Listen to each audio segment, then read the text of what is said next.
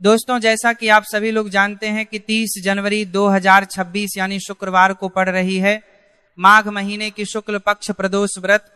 और दोस्तों, यह वो तिथि है जो माघ मास में पड़ने वाली सबसे बड़ी तिथि है, क्योंकि यह शुक्रवार के दिन पड़ रही है और इसका बहुत ही बड़ा और विशेष महत्व होता है। पूज्य गुरु जी ने कहा है कि अगर कभी भी मौका लग जाए और माघ महीने की शुक्ल पक्ष प्रदोष व्रत शुक्रवार को पड़ जाए तो आप लोगों को 11 चावल के दाने का उपाय तो अवश्य ही करना चाहिए।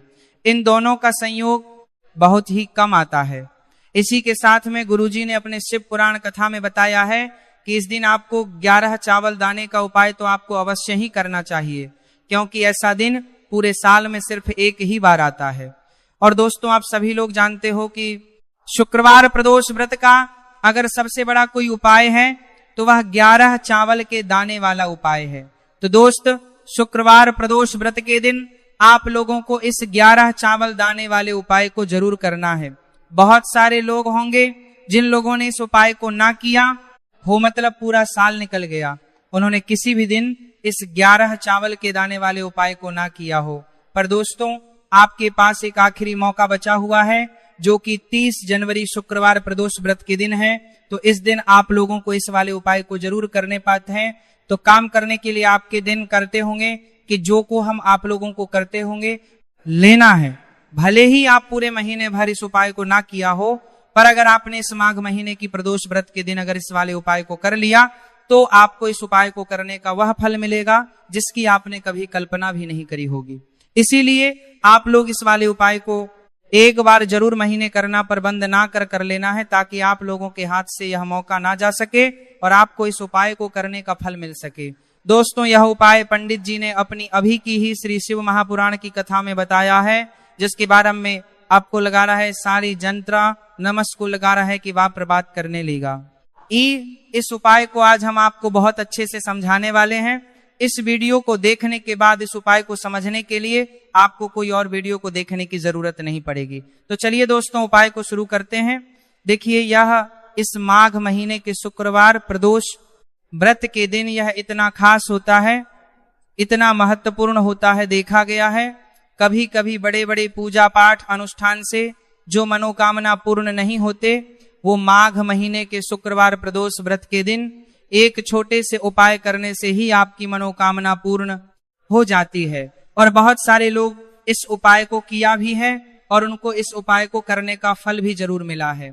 अगर आप लोग भी इस उपाय को करना चाहते हैं तो आप इस उपाय को पहले अच्छे से समझ लेना, सुन लेना, उसके बाद करना। आपको इस उपाय का फल जरूर मिलेगा और इस उपाय को कर लेने से आपके घर में चाहे किसी भी प्रकार की दुहक और समस्या क्यों ना चल रही हो, आपको उसका कारण भी नहीं पता है कि भाई ये समस्या किसका कारण से चल रही है, उसका भी कुछ कारण हो सकता है।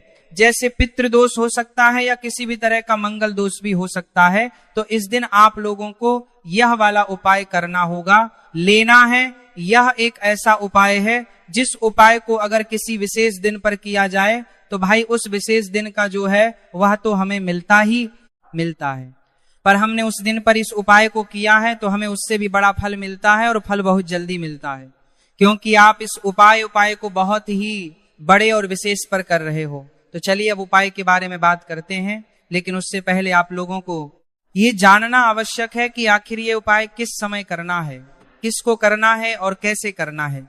तो चलिए हम आगे आपको वीडियो में एक एक करके देते हैं।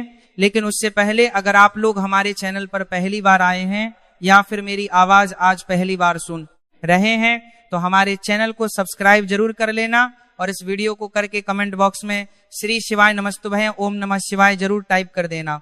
तो दोस्तों, इस 11 चावल के दाने वाले उपाय को हमें इस शुक्रवार प्रदोष व्रत के दिन कैसे करना है, किसको करना है, किस समय करना है और कहां पर करना है, ये सारे सवालों के जवाब आपको इस वीडियो में मिल जाएंगे।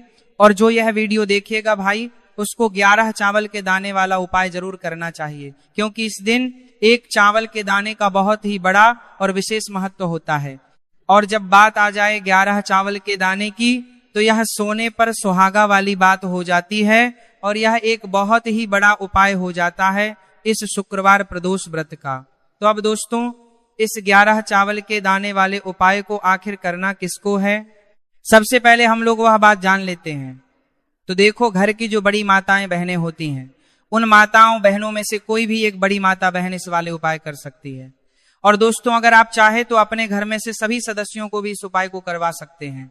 अगर किसी व्यक्ति की खुद की कोई मनोकामना है, खुद की कोई दुख और परेशानी है जो कि वह अपने लिए ही करना चाहता है, इस वाले उपाय को तो वह खुद अपने लिए भी कर सकता है।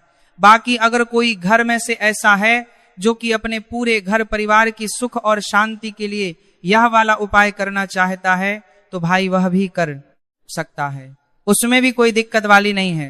कहने का मतलब यह है कि इस उपाय को हर एक सदस्य भी कर सकता है और पूरे घर परिवार के सदस्य के लिए घर की बड़ी माताओं बहनों में से कोई एक माता बहन भी कर सकती है। माताएं बहनें अगर घर में उपस्थित ना हो या वह यह वाला उपाय ना कर पा रही हो, तो फिर घर का कोई बड़ा सदस्य भी इस 11 चावल के दाने वाले उपाय को कर सकता है, चाहे फिर वह पुरुष ही क्यों ना हो, उसमें कोई दिक्कत वाली बात नहीं है। अब दोस्तों, इस 3 वल के दाने वाले उपाय को हमें करना कहां पर है? हमें इसे शिव जी के मंदिर में जाकर करना है। बहुत सारे लोग प्रश्न करते हैं हर एक उपाय को करते समय, क्या हम इस उपाय को घर पर कर सकते हैं? तो इस वाले उपाय को आप घर पर नहीं कर सकते हो। इस वाले उपाय को करने के लिए आपको शिव जी के मंदिर ही जाना पड़ेगा। उसके बाद में दोस्तों, जो अगला प्रश्न निकल कर आता है वही आता है इस उपाय को लेकर कि आखिर इस उपाय को हमें किस समय करना है, सुबह के समय करना है कि शाम के समय करना है? तो देखो, इस वाले उपाय को आप लोग सुबह के समय भी कर सकते हो और शाम के समय प्रदोष काल में भी कर सकते हो। अब अगर आप पूछो कि भाई साहब सबसे उत्तम समय कौन सा रहेगा इस 31 चावल के दाने वाले उपाय को करने का, तो हम आपसे बस यही कहेंगे कि इस उपाय को आप सुबह के समय करेंगे तो ज्यादा बेहतर होगा। बाकी अगर प्रदोष काल शाम के समय भी करेंगे तो भी अच्छा होगा, उसमें कोई भी दिक्कत वाली बात नहीं है। तो अब दोस्तों, अगली सबसे बड़ी और महत्वपूर्ण बात आती है, वो ये आती है कि सुबह अगर हम उपाय को करेंगे तो हमें कितने बजे से लेकर कितने बजे तक के बीच में करना है, और शाम के समय प्रदोष काल में करेंगे तो हमें कितने बजे से लेकर कितने बजे के बीच में करना है। तो देखो, सुबह जितनी जल्दी हो सके आप उपाय को करने की कोशिश करना। बाकी अगर किसी कारणवश लेटने कितने भी हो जाती, देर भी हो जाए, तो 10 या 11:00 बजे तक भी आप उपाय कर लेना, पर 12:00 बजे से ज्यादा देरी ना हो, ठीक है? 12:00 बजे तक भी आप इस बात का ध्यान रखना। उसके बाद में दोस्तों, अगर शाम के समय प्रदोष काल की बात करें, प्रदोष काल का जो समय है होता है वह है शाम के 6:00 बजे से शुरू हो जाता है। मतलब शाम के 6:00 बजे से लेकर 7:00 बजे के बीच का जो समय होता है, यह समय प्रदोष काल का समय होता है। पर अभी जो मौसम चल रहा है, इस मौसम में जो है शाम बहुत देरी से होती है, तो आप इस उपाय को 7 या 8:00 बजे के बीच में भी कर सकते हो। मतलब शाम के 6:00 बजे से 8:00 बजे के बीच में आप कभी भी इस वाले उपाय को कर सकते हो, उसमें कोई भी दिक्कत वाली बात नहीं है। अब दोस्तों, यहाँ पर इस उपाय को लेकर एक और सबसे बड़ी बात यह निकल कर आती है कि इस 11 चावल के दानों को हमें लेना कहाँ से होता है, और हमें इस उपाय को करने के साथ में क्या और कुछ भी सामग्री ऐसी होती है जो शिव जी के मंदिर लेकर जानी पड़ रहती है। तो देखो, यहाँ पर हम आपको बता दें, सबसे पहले आप लोग ये जान लो कि ये जो 3 चावल के दाने वाला उपाय है, सिर्फ और सिर्फ आप उपाय की सामग्री लेकर कभी भी शिव जी के मंदिर मत जाना, क्योंकि हमें भगवान के सामने यह नहीं दर्शा है कि अगर हम भगवान शिव जी के मंदिर आए हैं तो अपने फायदे के लिए आए। तो इसीलिए जो भी पूजन सामग्री है, उपाय सामग्री है, 11 चावल के दाने, इसके साथ में आपको पूजन सामग्री भी जरूर लेकर जाना है। देखो, अगर सुबह के समय उपाय कर रहे हो तो सीधी सी बात है, 1 लोटा जल तो आप लेकर जाओगे ही जाओगे। वही 1 लोटा जल अगर मिट्टी का जल हो तो बहुत अच्छा रहेगा। मिट्टी का जल कैसे बना है, इसके लिए हमने पहले से बहुत सारी वीडियोस बना दी है आपके पास। इस दिन एक आखिरी मौका रहेगा मिट्टी का जल शिव जी पर चढ़ने का और उपाय को करने का, बहुत बड़ा आपको इस दिन फल मिलेगा। तो इसीलिए इस दिन हो सके तो भाई मिट्टी का जल चढ़ाना, तो अपने साथ में कम से कम 1 लोटा जल तो आपको लेकर जाना ही जाना है। अगर मिट्टी का जल नहीं है तो घर का जल भी आप इस्तेमाल कर सकते हो। इसके अलावा जो भी पूजन सामग्री है, देखो 11 के दाने ये अलग आपके रहेंगे और जो आपकी पूजन सामग्री रहेगी वह अलग रहेगी। पूजन सामग्री में आप जो भी चीज लेकर जाना चाहे वो लेकर जा सकते हैं। एक बेलपत्र भी लेकर जा सकते हैं, उसमें कोई भी दिक्कत वाली बात नहीं है। वहीं अगर हम बात करें शाम के समय की, तो शाम के समय शिव जी पर जल नहीं चढ़ता है, इसीलिए शाम के समय आप लोग एक दीपक तैयार कर लें जो कि गोल तीखा आटे का, शुद्ध देसी गाय का घी का होगा, है ना। इस बात का आप लोगों को ध्यान करना है। और इस दीपक को आपको घर से जलाकर नहीं लेकर जाना है, भगवान शिव जी के मंदिर में जाकर ही जलाना है। इस बात का भी आप लोगों को ध्यान रखना है। अब दोस्तों, यहां पर हमें इस बात को समझना है कि यह 11 चावल के दाने हमें लेना कहां से है। क्या हमें दुकान से लेकर आना है, या हमें अपने घर से लेना है, या कहां से लेकर आना है, और कौन से चावल लेना है, क्योंकि चावल भी बहुत प्रकार के होते हैं।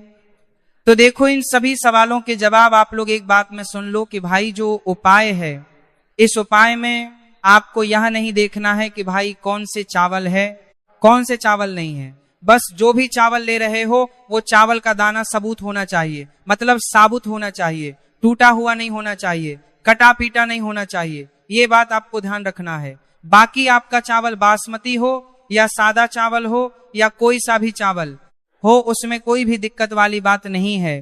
तो सीधी सी बात है कि आपके घर के रसोई घर में जहां पर आप बनाते हो, वहां पर जो भी चावल आपके उपस्थित हो, उन चावलों में से अपनी एक कटोरी भर लेना या एक मुट्ठी चावल अलग से निकाल कर रख लेना, क्योंकि हम 11 चावल ही यहां पर इस उपाय में लेने वाले हैं, तो हमें यह चावल के दाने गिनकर निकालने पड़ेंगे। इस बात का आप लोगों को ध्यान रखना है। तो अपने उस चावल की कटोरी में से या चावल में से 11 ऐसे चावल के दाने आप लोग निकाल लो जो कि टूटे हुए ना हो, कट्टे पीटे ना हो, कोई दाग ना लगा हुआ हो, है ना। अच्छे साबुत चावल के दाने 31 दाने आप लोग निकाल कर रख लो, और इन्हें किसी भी एक कागज की पड़िया में या किसी एक छोटी सी कटोरी में आप लोग रख लो, ताकि ये सुरक्षित रहे, आपके एक भी चावल का दाना इधर उधर ना हो और आपका उपाय भी पूरा अच्छे से हो जाए। तो भाई जैसे ही आपका उपाय की जो सामग्री है 11 चावल के दाने यह तैयार हो जाते हैं, उसके बाद में आपको जो भी अपनी पूजन सामग्री है, सुबह समय कर रहे हो तो 1 लोटा जल और 1 बेलपत्र या पूजन सामग्री जो लेकर जाना चाहो उसकी भी तैयारी कर लेना, और शाम के समय जा रहे हो तो भाई अपना जो दीपक है उसे तैयार कर लेना, ठीक है। और उपाय को करते समय शुद्धता का विशेष रूप से ध्यान रखना, ठीक है। सुबह सुबह स्नान करने के बाद ही उपाय को करने की आप लोग तैयारी करना। उसके बाद अगर शाम के समय की बात करें तो शाम के समय आपको स्नान करने की जरूरत नहीं है, पर शुद्धता ध्यान रखना है। आपको स्नान तो नहीं करेंगे, आप हाथ मुंह धोकर भी इस वाले उपाय को शाम के समय प्रदोष काल में कर सकते हैं, इसमें कोई दिक्कत वाली बात नहीं है। तो आप अपने उपाय की पूरी सामग्री तैयार करके आपके पास ही में जो आपका शिव मंदिर हो वहां पर पहुंच जाइए। सबसे पहले शिव मंदिर में जाकर आप लोगों को उपाय नहीं करना है, पहले भगवान के दर्शन करना है, भगवान से आशीर्वाद प्राप्त करना है, फिर शिव जी के शिवलिंग के पास में आना है। शिवलिंग के पास में आने के बाद जो पूजन सामग्री लेकर आए हुए हैं, जैसे कि सुबह गए हुए होंगे तो 1 लोटा जल और जो भी पूजन सामग्री लेकर आए हैं आप उनसे भगवान शिव जी की पूजन कीजिए। सबसे पहले तो 1 लोटा जल ही चढ़ेगा, फिर आपको 1 बेलपत्र श्री शिवाय नमस्तु भयम का जाप करते हुए शिवलिंग पर चढ़ा देना है। उसके बाद में आपकी पूजन सामग्री चढ़ेगी। उसके बाद में अगर दोस्तों शाम के समय अगर आप इस उपाय को कर रहे हो तो अपने साथ कम से कम 1 जो दीपक है गोलबाती का जो आप अपने साथ में लेकर गए हो, उस दीपक को मंदिर में जाकर अपनी माचिस से जलाना है और उस दीपक को शिवलिंग के पास में रखना है, ठीक है। इस दीपक को रखने के बाद ही आप लोगों को अपना यह वाला उपाय शुरू करना है, और दीपक को ज्यादा पास में मत रखना। वैसे भी गर्मी पड़ रही है, भगवान शिव जी को आंच नहीं लगनी चाहिए, है ना। तो भाई जैसे ही आपकी पूजा अर्चना हो जाती है, आप भगवान शिव जी को प्रसन्न कर लेते हैं। उसके बाद शिवलिंग के पास ही में आप कहीं पर बैठ जाइए, सामने या आसपास जिस जगह पर आपको बैठना हो वहां पर बैठ जाइए, और अपने वो 11 चावल के दाने अपने सामने निकाल कर रख लीजिए, क्योंकि अब यहाँ पर उपाय को यहाँ पर करने की आपको तैयारी करना है। और इस तरीके से जब आप उपाय करेंगे, पूजन सामग्री करने के बाद, पूजन अर्चना करने के बाद, तो आपको उपाय का फल बहुत जल्दी और बहुत होकर मिलेगा। तो अपने चावल के अपने सामने निकाल कर रख लेना, और ये जो उपाय है ये आपकी सीधे हाथ की हथेली से होगा, इसलिए इस बात का भी विशेष रूप से ध्यान रखना। है तो सीधे हाथ की हथेली का प्रयोग करके ही आप लोग अपना इस वाले उपाय को करना। अपने सामने जो भी आपके कागज की पुड़िया है उसको खोल कर रख लो, या कटोरी है तो भाई उसे अपने सामने रख लो और अपने वो 11 चावल के दाने निकाल लो, ठीक है। उसके बाद में दोस्तों अब आपको क्या करना है कि शिवलिंग आपके सामने होगी तो आपने वो 11 चावल के दाने एक एक करके जहां पर आपने बेलपत्र चढ़ाए हैं आपको शिव जी के शिवलिंग के ऊपर चढ़ाना है। कहां पर चढ़ाना है? शिवलिंग के ऊपर चढ़ाना है, और कहीं पर भी नहीं चढ़ाना है आपको। अपने हथेली से तो शिवलिंग के ऊपर चढ़ाना है, भले ही फिर वो अपने आप जलाधारी पर गिर जाए, ये मतलब वहीं पर गिर जाए, उसमें कोई दिक्कत वाली बात नहीं है। पर आप चढ़ाओ शिवलिंग के ऊपर तो आपको क्या करना है? अपना पहला चावल का दाना उठाना है, श्री शिवाय नमस्तु भयम बोलना है और शिवलिंग पर चढ़ देना है। इसी तरीके दूसरा चावल का दाना उठा है, शिवलिंग पर चढ़ना है और मंत्र बोल देना है, और फिर तीसरा चावल का दाना उठाना है, श्री शिवाय नमस्तु भयम बोलना है और चढ़ देना है। इसी प्रकार से आपको पूरे 11 चावल के दाने एक एक करके शिव जी के शिवलिंग के ऊपर चढ़ाना है और भगवान से प्रार्थना करते जाना है। मतलब प्रार्थना तो आपको आखिरी में करना है, पर हर एक चावल के दाने को चढ़ाते समय श्री शिवाय नमस्तुभयम जरूर बोलना है।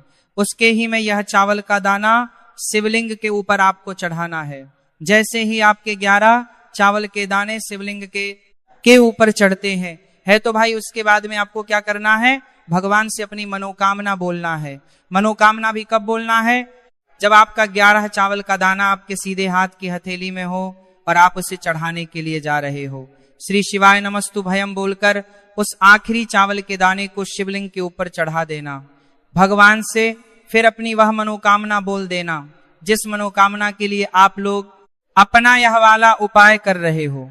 जिस भी दोहक और परेशानी के लिए आप लोग अपना यह वाला उपाय कर रहे हो, उसके बाद में जैसे ही आप अपनी मनोकामना बोल देते हो आपका यह वाला उपाय पूरा हो जाता है। पर दोस्तों उपाय को करने के बाद आप लोगों को 2 मिनट भगवान शिव जी के मंत्र का जाप जरूर करना है, और मंत्र का जाप करने के बाद भगवान से एक और बार करना है अपनी मनोकामना के लिए या अपनी जो भी दुख और परेशानी है उसके लिए। इसके बाद में आप लोग भगवान को देखकर भगवान से प्रार्थना करके उनसे आशीर्वाद लेकर वहां से उठ सकते हैं और अपने घर पर जा सकते हैं। बस दोस्तों यहाँ पर यह वाला उपाय पूरा हो जाता है। इस तरीके से जो भी व्यक्ति छोटी छोटी छी का ध्यान रखते हुए इस 11 चावल के दाने वाले उपाय को करेगा, निश्चित सी बात है उसे उसकी मनोकामना पूरी होगी और जो भी दुख और परेशानी है वह भी बहुत ही जल्दी दूर होंगे। तो दोस्तों यह थे पूज्य गुरुजी द्वारा बताए गए कुछ बहुत ही खास उपाय। अगर आपको जानकारी अच्छी लगी हो तो वीडियो लाइक करिएगा। मिलते हैं फिर एक नए वीडियो के साथ।